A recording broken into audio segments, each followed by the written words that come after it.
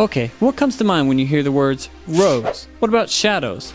Or midnight? If you said two little Japanese girls running from a monster, then you just might be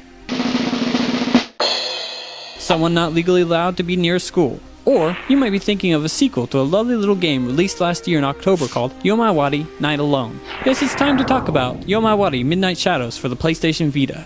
So shall we follow those two little girls into the night? Can you just stop?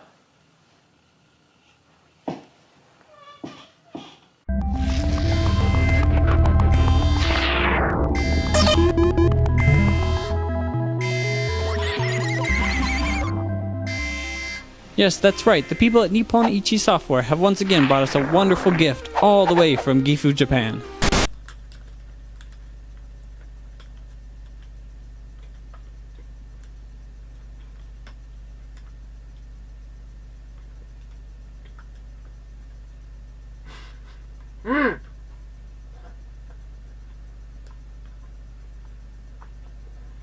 Just in time for you to spend a Halloween night alone in your house.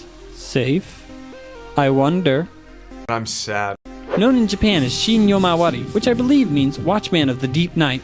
Also known as that one neighbor that stood at his window at 3 a.m. only in his bathrobe. Kinda strange, but he sure had a big smile. Yeah, I remember that. Oh wow. I'm not gonna cry. And I also think it's kind of a play on words, because Shin also means new, just with a different kanji.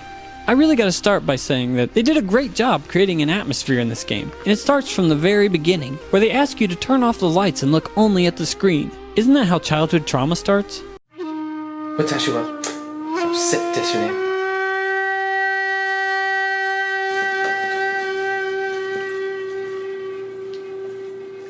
It's hard being Japanese. And they make you promise to do so. If you don't, well, they aren't gonna take responsibility for what happens. The story starts at the end of summer and follows Yui, a young girl with a red ribbon in her hair, on her way to bury her dog that recently died. As you can imagine, it's a pretty sad moment for the young girl. She then takes a moment to pet her other dog, Chaco, and takes his leash off. Chaco then naturally runs off. When you go to find him, you get separated due to a couple of thin planks of wood covering a bottomless pit coming dislodged and falling after a 5-pound dog walked across them.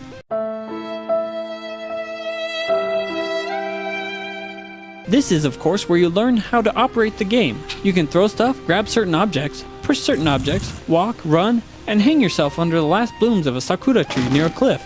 That's a real cliffhanger to the rest of the story. Get it?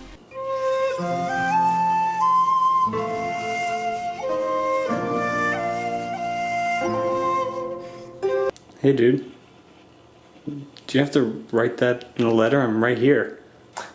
Yes, desk. You've embarrassed the Japanese. Anyways, despite being all dead and stuff, she meets with Haru, the blue versus her red. Then it's off to watch fireworks alone in the forest at night. Let me just check this real quick. Alone? Check. At night? Check. Forest? Check. Yep, that's abduction proof.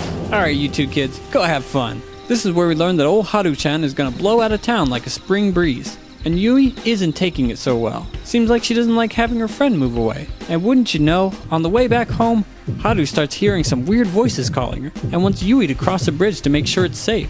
While checking it out, she's abducted. Big surprise! And this is where the game really starts. You play mainly as Haru as she tries to find her friend, but switch from Yui and Haru as they experience the different areas they're at. You have to avoid ghost spirits and other obake as you try to make your way across town, to wherever you think Haru might be. It is a lot of fun and tense to explore this small Japanese town, and the enemies are great.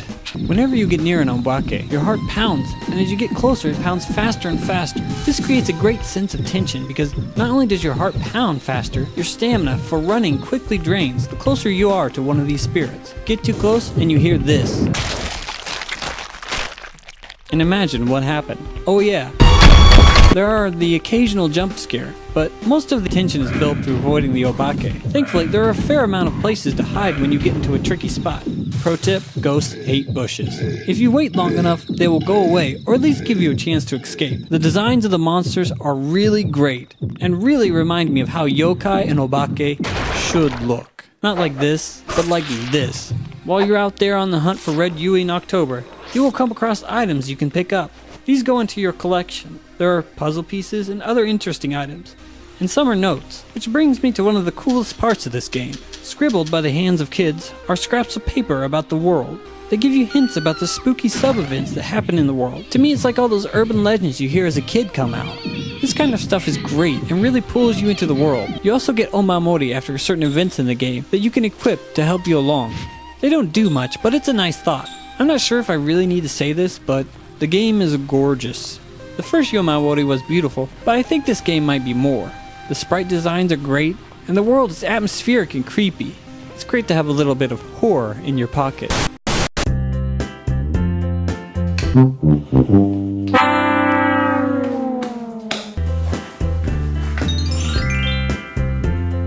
Speaking of the story, it's played out mainly through the notes and verbalized thoughts of each girl as they experience the strange things happening. Not to give away too much, but it's a bit of a tearjerker. And also, there's a lot of symbolism and deeper meaning in this game. I won't go over it now, but I plan on tackling it in the future, perhaps in next week's video. Let's be honest, get this game.